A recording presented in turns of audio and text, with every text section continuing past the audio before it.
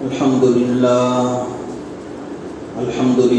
نحمده ونستعينه ونستغفره ونؤمن به ونتوكل عليه ونعوذ بالله من شرور أنفسنا ومن سيئات أعمالنا من يهده الله فلا مضل له ومن يضلله فلا هادي له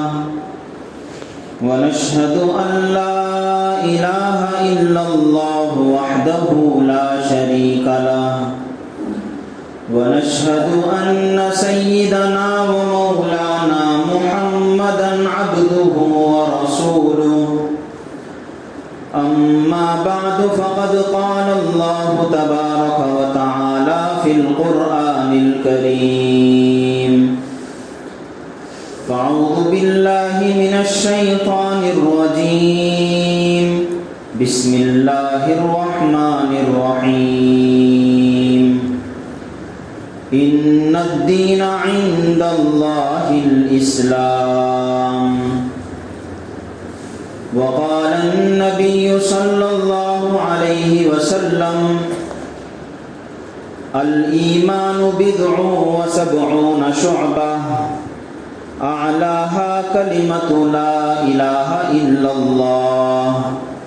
وأدناها إماتة الأذى عن الطريق والحياء شعبة من الإيمان أو كما قال عليه الصلاة والتسليم صدق الله العظيم وصدق رسوله النبي الكريم ونحن على ذلك لمن الشاهدين والشاكرين الحمد لله رب العالمين. بزرگان محترم، عزیز نوجوان بھائیوں، دوستوں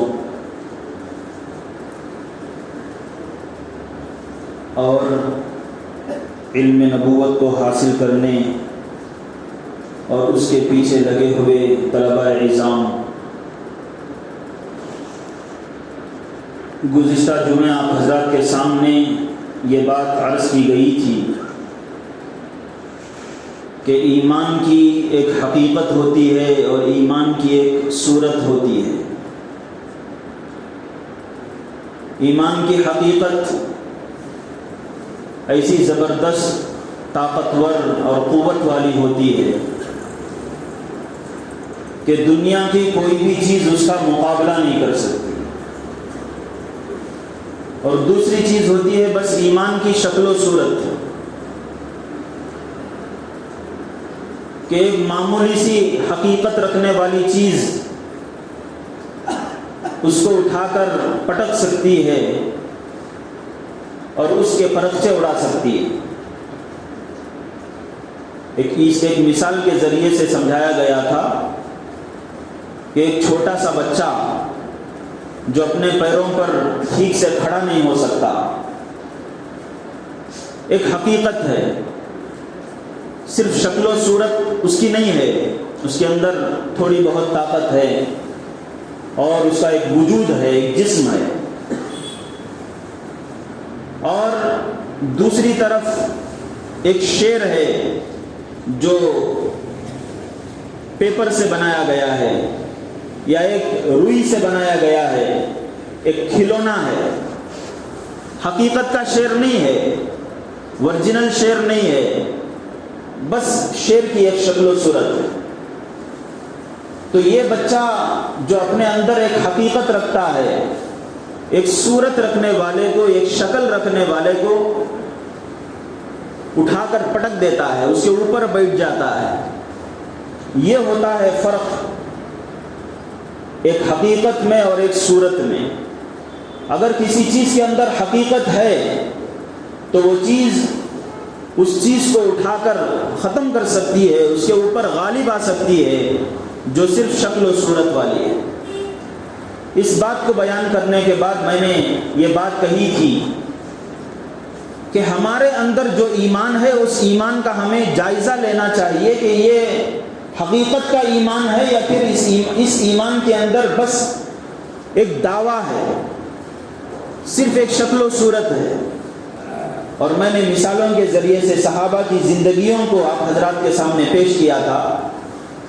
اور ہمارے زندگی کے احوال کو پیش کیا تھا، اور اس نتیجے پر ہم پہنچے تھے کہ ہمارا جو ایمان ہے وہ ایمان بس ایک دعوے کی حد تک رہ چکا ہے، ہمارے ایمان کی بس ایک شکل و صورت باقی رہ گئی ہے۔ حقیقت والا ایمان جو صحابہ کو حاصل تھا، جو رسول اللہ صلی اللہ علیہ وسلم کے برگزیدہ بندوں کو حاصل تھا، کہ سامنے خطرناک سے خطرناک موقع آ جائے، وہ حقیقت، ایمان کی حقیقت انہیں اس کا مقابلہ کرنے کے لیے کھڑے کر سکتی تھی۔ اور آج ہمارا ایمان ایسا کمزور، ایسا صرف شکل و صورت والا، یا بس یہ کہیے کہ بس ایمان کا دعویٰ ہے، ایمان کے بول ہیں کہ ہم مسلمان ہیں، ہم مومن ہیں، ہمارے اندر موجود ایمان ہمیں فجر کی نماز کو کھڑا کرنے کی طاقت نہیں رکھتا۔ یہ جائزہ آپ حضرات کے سامنے پیش کیا تھا، اور یہ بات بھی آئی تھی کہ اس کے بعد انشاءاللہ ایمان کے بارے میں کچھ باتیں آپ حضرات کے سامنے لائیں گی کہ یہ ایمان کو کیسے مضبوط کرنا ہے، اس کے اندر ترقی کیسے لانا ہے۔ خطبے میں آپ حضرات کے سامنے ایک آیت کریمہ کا حصہ آپ حضرات کے سامنے تلاوت کیا گیا۔ اللہ تبارک و تعالیٰ نے فرمایا ان الدین عند اللہ الاسلام، کہ اللہ تبارک و تعالیٰ کے نزدیک کوئی مذہب ہے، کوئی دین ہے، کوئی ریلیجن ہے جس کو پسندیدہ نگاہ سے دیکھا جاتا ہو، جسے ایک بلند مقام اور نظریے کو سامنے رکھ کر دیکھا جاتا ہو، محبت بھری نگاہ اللہ تبارک و تعالیٰ کسی مذہب پر ڈالتے ہوں، کسی دین پر ڈالتے ہوں، تو وہ صرف اور صرف اسلام ہے، جس کو رسول اللہ صلی اللہ علیہ وسلم اور اس سے پہلے حضرت آدم سے لے کر تمام پیغمبروں نے ہمارے سامنے پیش کیا تھا۔ ان الدین عند اللہ الاسلام، کہ اللہ کے نزدیک کوئی دین کہلانے کا مستحق ہے، کوئی مذہب کہلانے کا حق رکھتا ہے، تو وہ صرف اور صرف اسلام ہے۔ اسلام کے علاوہ اور کوئی مذہب نہیں ہے جو اللہ تبارک و تعالیٰ کے یہاں محبوب ہو، اللہ کے یہاں پسندیدہ ہو۔ ہم لوگ جانتے ہیں کہ دنیا کے اندر بہت سارے مذاہب پہلے موجود بھی تھے اور اب بھی موجود ہیں۔ بہت سارے لوگ الگ الگ مذہبوں کو مانتے ہیں، ان کے پیروکار ہیں، اس کے بلیورز ہیں۔ کوئی اسلام کو ماننے والا ہے، کوئی عیسائیت کو ماننے والا ہے، کوئی یہودیت کو ماننے والا ہے، اور کوئی اور کسی آسمانی دین کا پیروکار ہے، یا پھر یہ سمجھیے کہ خود سے بنائے گئے بہت سے دین دنیا میں چل رہے ہیں، اس کے پیچھے آدمی پڑا ہوا۔ لیکن ان سب مذہبوں میں بہترین مذہب، اللہ کے نزدیک کسی کو کچھ درجہ حاصل ہو تو اللہ تبارک و تعالیٰ ڈنکے کی چوٹ فرماتے ہیں کہ اسلام ہی ایک مذہب ہے جو اللہ کے نزدیک کچھ مرتبہ رکھتا ہے، کچھ مقام رکھتا ہے۔ اب ہمیں سمجھنا یہ ہے کہ یہ اسلام کیا ہے، یہ ایمان کیا ہے، یہ دین جس کو حضرت آدم علیہ السلام سے لے کر محمد عربی صلی اللہ علیہ وسلم تک تمام پیغمبروں نے لوگوں کے لیے پیش کیا تھا، اس کے کیا کیا حصے ہیں، کیا کیا شعبے ہیں، اسے ہمیں سمجھنے کی ضرورت ہے۔ اور اس بات کو سمجھانے کے لیے رسول اللہ صلی اللہ علیہ وسلم کی ایک حدیث میں نے آپ کے سامنے پڑھی تھی، جس کو امام بیہقی رحمۃ اللہ علیہ نے اپنی کتاب شعب الایمان کے لیے بنیاد بنایا ہے۔ حدیث ہے، اللہ کے نبی صلی اللہ علیہ وسلم نے ارشاد فرمایا الایمان بضع و سبعون شعبۃ، کہ ایمان کے 70 سے زیادہ حصے ہیں، 70 سے زیادہ حصے ایمان کے ہیں، اسلام کے ہیں۔ ادنا اعلیٰ، ان میں سب سے اعلیٰ درجہ کلمۃ لا الہ الا اللہ، لا الہ الا اللہ کہنا ہے، اس کے تقاضوں کو سامنے رکھنا ہے۔ وَأَدْنَاهَا إِمَاطَةُ الْأَذَىٰ عَنِ الطَّرِيقِ، اور ایمان کا سب سے چھوٹا حصہ، سب سے ادنا حصہ راستے سے تکلیف پہنچانے والی چیز کو ہٹانا ہے۔ پھر فرمایا وَالْحَيَاءُ شُعْبَةٌ مِّنَ الْإِيمَانِ، اور ایمان کا ایک بڑا شعبہ حیا ہے۔ اس حدیث کے اندر رسول اللہ صلی اللہ علیہ وسلم نے یہ بات ارشاد فرمائی کہ ایمان 70 سے زائد شعبے اندر رکھتا ہے، اس کے سبجیکٹس، اس کے ٹاپکس 70 سے زیادہ ہیں۔ صرف مسجد کے اندر آنے کو، نماز پڑھنے کو ایمان نہیں کہتے، اسلام نہیں کہتے، نکاح سنت کے مطابق کر لینے کو اسلام اور ایمان نہیں کہتے۔ حدیث میں ہے، رسول اللہ فرما رہے ہیں کہ ایمان کے 70 سے زیادہ حصے ہیں۔ الایمان بضع و سبعون شعبۃ، اور ان میں سب سے اعلیٰ حصہ یہ ہے کہ کلمہ لا الہ الا اللہ آدمی کہنے والا بن جائے،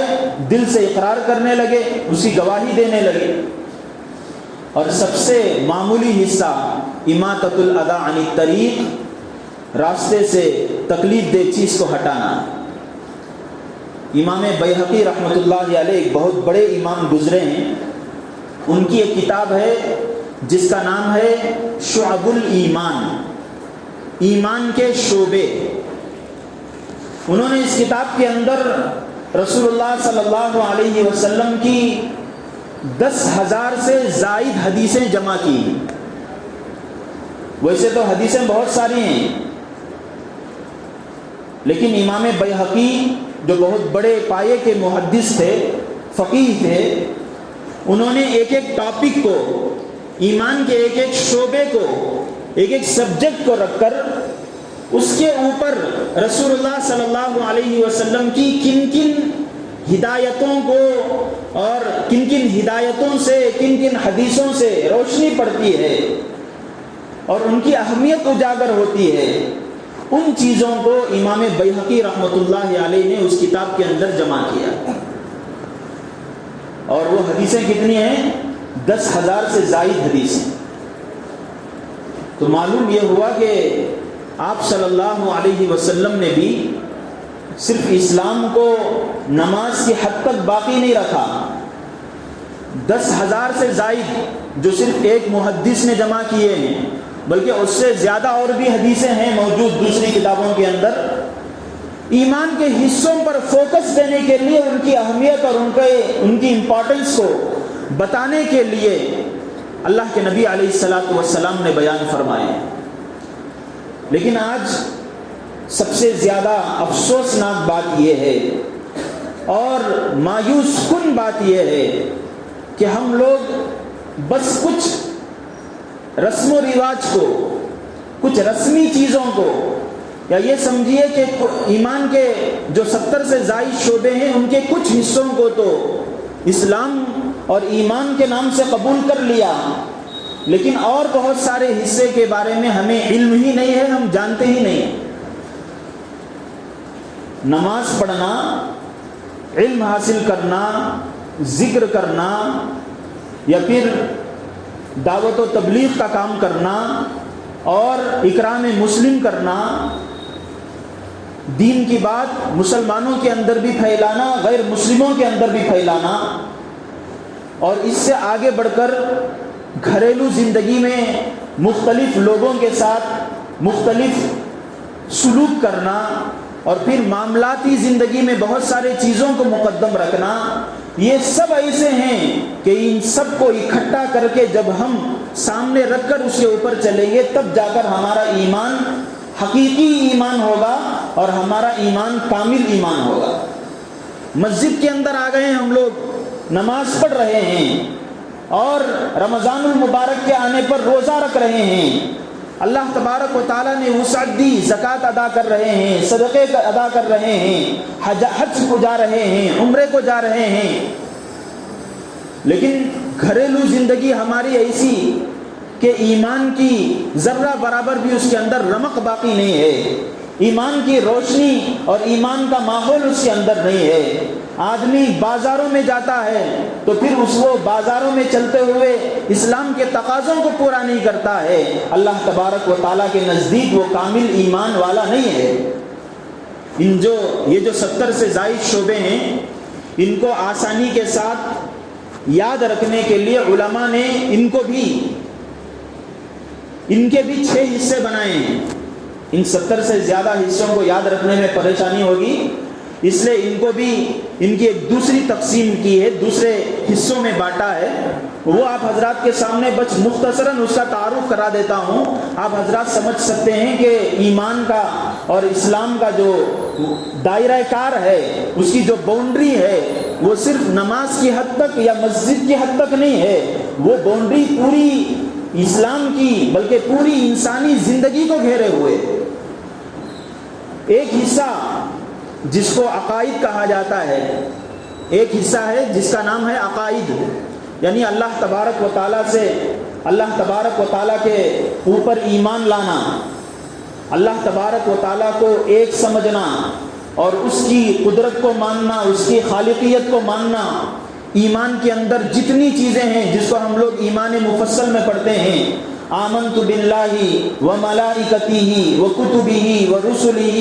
والیوم الآخر والقدر خیرہ وشرہ من اللہ تعالی والبعث بعد الموت۔ ایمان لانا اللہ تبارک و تعالیٰ پر، ایمان لانا اللہ کے رسولوں پر، اللہ تبارک و تعالیٰ کی کتابوں پر، اللہ تبارک و تعالیٰ کے فرشتوں پر، ایمان لانا قیامت کے دن پر، اور اس بات پر ایمان لانا کہ دنیا میں جو کچھ نظام چل رہا ہے یہ اللہ تبارک و تعالیٰ کی ایک خاص پلاننگ کے تحت ہو رہا ہے، اتفاق سے کوئی چیز نہیں ہو رہی ہے، سب اللہ تبارک و تعالیٰ نے مقرر فرما دیا ہے، جس کو ہم تقدیر کہتے ہیں کہ دنیا میں جو بھی بھلائی ہوگی اس کو کرنے والی ذات اللہ کی ہے، دنیا میں جو بھی ہمیں بظاہر شر نظر آئے گا اس کو بھی اللہ تبارک و تعالیٰ ہی اس کے اوپر قدرت رکھتے ہیں۔ موت کے بعد اٹھائے جانے پر اور قیامت کے دن پر، ان سب چیزوں پر جو ایمان لانا اور اس کی جو تفصیلات ہیں یہ سب کے سب عقائد کے اندر آتے ہیں۔ یہ انسان کے دل سے تعلق رکھتا ہے کہ آدمی دل میں ایمان کو مضبوط کرے، فرشتوں کے بارے میں یقین رکھے۔ اور دوسرا شعبہ ہے عبادتوں کا شعبہ، نماز پڑھنا، قرآن کریم کی تلاوت کرنا، ذکر و اذکار میں اپنے آپ کو لگانا، زکوٰۃ ادا کرنا، صدقہ خیرات کرنا، اور عمرے پر جانا، حج کے لیے جانا، یہ سب چیزیں ملا کر عبادت کے اندر آ جاتی، یعنی اللہ تبارک و تعالیٰ کی بندگی کرنا، یہ ایمان کا ایک شعبہ ہے، ایک بہت بڑا شعبہ ہے۔ اسی طرح ایک شعبہ ہے ایمان کا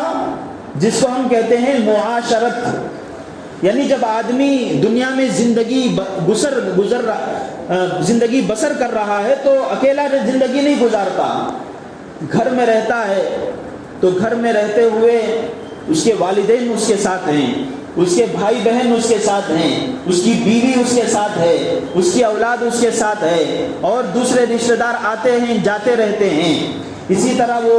ایک گھر سے باہر نکلتا ہے تو اس کے تعلقات پڑوسیوں کے ساتھ ہوتے ہیں، اور آگے بڑھیں گے تو پھر اس کے تعلقات محلے والوں سے ہوتے ہیں۔ ان سب کے ساتھ، ہر ایک کے ساتھ الگ الگ معاملہ ہے، الگ الگ رسول کی تعلیمات ہیں، الگ الگ دین ہدایتیں دیتا ہے، یہ سب ملا کر یہ معاشرت کا شعبہ بنتا ہے۔ اور اس سے آگے بڑھ کر معاملات کا ہے کہ جس کے اندر آدمی مالی جو معاملات کرتا ہے، کسی کے پاس کسی سے لین دین کرتا ہے، کوئی چیز بیچتا ہے، کوئی چیز لیتا ہے، قرض کرتا ہے، یا اور اس سے آگے بڑھ کر کرائے پر بہت ساری چیزیں دیتا ہے لیتا ہے، یہ سب ملا کر جو مالی چیزیں ہیں، مالی تعلقات ہیں، یہ اسلام کا وہ شعبہ ہے جس کو معاملات کہتے ہیں۔ عقائد کا ایک شعبہ، عبادات کا ایک شعبہ، معاشرت کا ایک شعبہ، معاملات کا ایک شعبہ، اور اس کے بعد اسی طریقے سے ایک شعبہ ہے اخلاق کا شعبہ، یعنی آدمی کسی کے ساتھ جب رہتا ہے تو بہت ہی بہتر طریقے سے زندگی گزارے، آدمی کی کوئی بھی آدمی سے ایسا کوئی کام سرزد نہ ہو جس سے کسی کو تکلیف پہنچے۔ مسجد میں بیٹھا ہوا ہے اور باہر سے پیاز کھا کر آیا ہے یا اور کوئی چیزیں ڈھنگ سے برش کیا ہوا نہیں ہے، یہ اس طریقے سے بھی مسجد کو آنا منع ہے، اس لیے کہ مسجد کے اندر کوئی آدمی دوسرا ہمارے بازو بیٹھا ہوا ہے، اسے تکلیف ہوتی ہے، یا باہر کوئی بات چیت کے لیے آتا ہے، ہماری منہ کی بدبو اسے پہنچتی ہے تو اس سے اسے تکلیف ہوتی ہے، یہ بھی ایمان کے شعبے کے خلاف ہے۔ صرف قرآن کریم پڑھ لینا، نماز پڑھ لینا ہی نہیں ہے، بلکہ اس سے آگے بڑھ کر اخلاق، ایک آدمی کسی کے ساتھ کسی بڑے کے ساتھ پیش آتا ہے تو اپنی آواز کو آہستہ رکھے، اس کی تعظیم کرے، چھوٹے کے ساتھ پیش آتا ہے اس پر ظلم و زبردستی نہ کرے، محبت کے ساتھ اس کے ساتھ پیش آئے، اور یہاں تک کہ آدمی اپنے چپل چھوڑتا ہے تو چپل چھوڑنے میں بھی اسلام کی تعلیمات ہیں، آدمی سلیقہ مند ہو، یہ اخلاق کا شعبہ ہے، اور ہم مسلمان ان چیزوں کو سرے سے بھلائے بیٹھے، اور غیر ان چیزوں کو اپنانے کی وجہ سے وہ لوگ دنیا میں چمک رہے ہیں۔ مسجد کے پاس آپ دیکھ لیجئے، باہر جا کر چپلوں کے سٹینڈ بنائے رہتے ہیں، خود آپ حضرات چندہ دیتے ہیں، انہی سے سٹینڈ بنائے ہوتے ہیں، لیکن چپل وہاں سٹینڈ میں جگہ خالی ہونے کے باوجود لوگ باہر ہی چھوڑ دیتے ہیں، یہ بھی ایمان کے خلاف ہے، اسلام کے خلاف ہے۔ اسلام ایسا نہیں ہے، اسلام تو بڑا پاکیزہ مذہب ہے، بڑا سلیقہ مند مذہب ہے، اور یہ سب چیزیں اسلام کے اندر، ایمان کے اندر داخل ہیں۔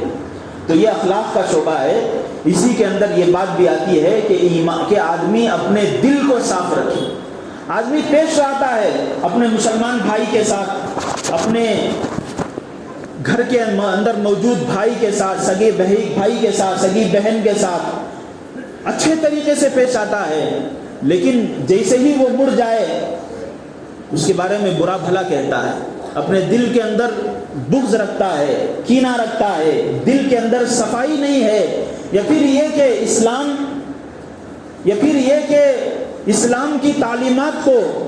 وہ مغلوب رکھ کر دنیا کو آگے بڑھاتا ہے، دنیا کو ترجیح دیتا ہے، دنیا کی محبت اسلام کی محبت سے زیادہ اس کے اندر موجود ہے، تو یہ سب چیزیں ایسی ہیں جو دل کو پراگندہ کرنے والی ہیں، اور یہ اخلاق اور تزکیے کے خلاف ہیں۔ یہ بھی ایمان کا ایک شعبہ ہے کہ آدمی ان چیزوں کے اوپر بھی توجہ دے۔ تو ایمان کے شعبوں کو بس میں آپ حضرات کے سامنے گنوا رہا ہوں کہ ایمان عقائد سے لے کر، عقائد یعنی دل میں، آدمی کے دل سے لے کر عبادتوں کے شعبے میں، یعنی مسجد میں اللہ کی بندگی سے متعلق ہے، اپنے گھر میں رہ رہا ہے تو بیوی کے ساتھ کیسا سلوک ہو، والدین کے ساتھ کیسے سلوک ہو، اپنے بھائی بہن کے ساتھ کیسے سلوک ہو، یہاں تک کہ ہر ایک آدمی پڑوسیوں کے ساتھ کیسے سلوک ہو، یہ سب چیزیں اسلام کے اندر، ایمان کے اندر بیان کی گئی۔ لیکن افسوس یہ ہے کہ ہم لوگوں نے ان چیزوں کو معلوم کرنا، یا دوسرے انداز سے سمجھے کہ علم، ان چیزوں کے بارے میں علم حاصل کرنا، ہم لوگوں کے اندر علم حاصل کرنے کا جذبہ ہی نہیں۔ سب سے زیادہ جو مصیبت کی بات ہے، جو پریشانی کی بات ہے کہ ہم لوگ مسلمان کہلانے کے باوجود نظام زندگی کیسے گزرنا ہے اسلام کے مطابق، ہمیں اس کا بالکل علم نہیں ہے۔ انسان کی زندگیوں سے ظلمتیں ختم ہوں گی، انسان کی زندگی سے اندھیریاں ختم ہوں گی، انسان کی زندگی سے گمراہیاں اسی وقت ختم ہو سکتی ہیں جب اس کے اندر علم آتا ہے۔ علم سب سے اہم چیز ہے، جانکاری سب سے اہم چیز ہے کہ کسی کے بارے میں جاننے کے بعد دوسرا تقاضا ہوتا ہے اس کے مطابق زندگی کرنے کو۔ لیکن افسوس کی بات یہ ہے کہ ہم لوگوں کو دنیا کی تمام چیزوں کا علم ہے، لیکن زندگی گزارنے کا کیا طور طریقہ ہے اس کا بھی ہمیں کوئی علم نہیں ہے۔ ایک آدمی موبائل لیتا ہے تو اس کو کیسے یوز کرنا ہے اسے معلوم ہو تو چل جاتا ہے، یا پھر یہ کہ چھوٹے بچے کے پاس بھی اسے معلوم کرنے کی کوشش کرتا ہے۔ آدمی اور گاڑی خریدتا ہے، گاڑی خریدنے سے پہلے بازار کا کہ کیا کیا معاملات ہو سکتے ہیں اس کو جاننے کی کوشش کرتا ہے، لیکن جہاں تک دین کا معاملہ ہے، جہاں تک اسلام کا معاملہ ہے، جہاں تک نظام زندگی کو اسلامی زندگی اور نبوت کے منشا کے مطابق زندگی ہوتی ہے، اس کے مطابق جاننے تک کے لیے انسان کے اندر اور ہم لوگوں کے اندر ایسا کوئی جذبہ نہیں ہے، ایسے کوئی خواہش نہیں ہے۔ تو بھائیوں، سب سے پہلی جو چیز ہے وہ یہ ہے کہ ہم علم حاصل کریں، جانکاری حاصل کریں۔ علم حاصل کرنے کا مطلب یہ نہیں ہے کہ میں آپ سب حضرات کو یہ دعوت دے رہا ہوں کہ آپ لوگ مدرسے کے اندر داخل ہو جائیں، یا علم حاصل کرنے کا مطلب یہ نہیں کہ آپ سب حضرات مکتب کے اندر داخل ہو جائیں۔ اس وقت اسلام کیا ہے، دین کیا ہے، اس کو سمجھانے کے لیے بس مدرسے ہی موجود نہیں ہیں، آدمی بہت ساری جگہوں پر علم حاصل کر سکتا ہے، جانکاری حاصل کر سکتا ہے۔ جمعہ کے جو خطبے ہیں اس کے اندر بھی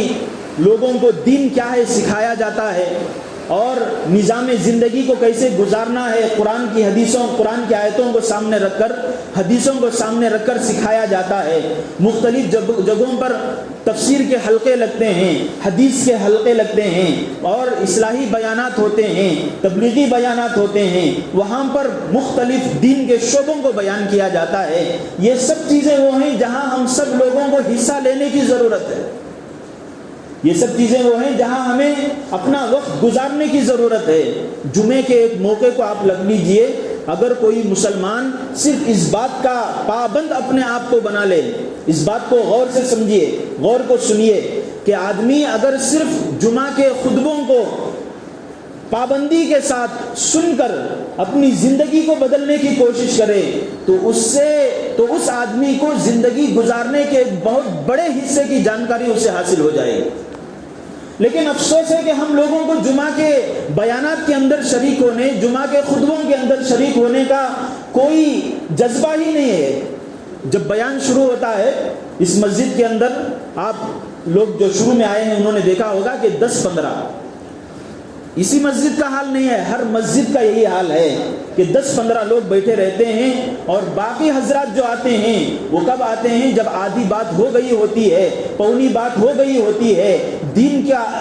کا اکثر حصہ بیان کر دیا جاتا ہے، اس کے بعد مسجدوں کا رخ کرتے ہیں۔ بھائیوں، یہ کتنی افسوس کی بات ہے کہ دین تو ایسا ہے جسے سمجھنے کی ضرورت ہر ایک کو ہے، اسلام ایسا کہ جس کو سمجھنے کی ضرورت ہر ایک کو ہے، لیکن ہمارے اندر اتنی کوتاہی ہے، اتنی غفلت ہے، یا یہ سمجھیے کہ غفلت اور کوتاہی نہیں ہے تو دوسری چیزوں کو ہم اتنی زیادہ ترجیح دیتے ہیں، دوسری چیزوں پر اتنا زیادہ فوکس دیتے ہیں کہ دین اور دین کی جانکاری کے اوپر ہم اتنا زیادہ فوکس نہیں دیتے، جبکہ اس کی ضرورت ہر ایک کو ہے، اس کی ضرورت ہر انسان کو ہے۔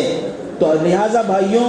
گزشتہ مرتبہ جو آپ حضرات کے سامنے یہ بات آئی تھی کہ ایمان کو سمجھنا ہے، تو اس بیان کے اندر میں نے آپ حضرات کے سامنے ایمان کے کیا کیا شعبے ہیں بس اس کی سمجھے ایک فہرست گنوائی ہے۔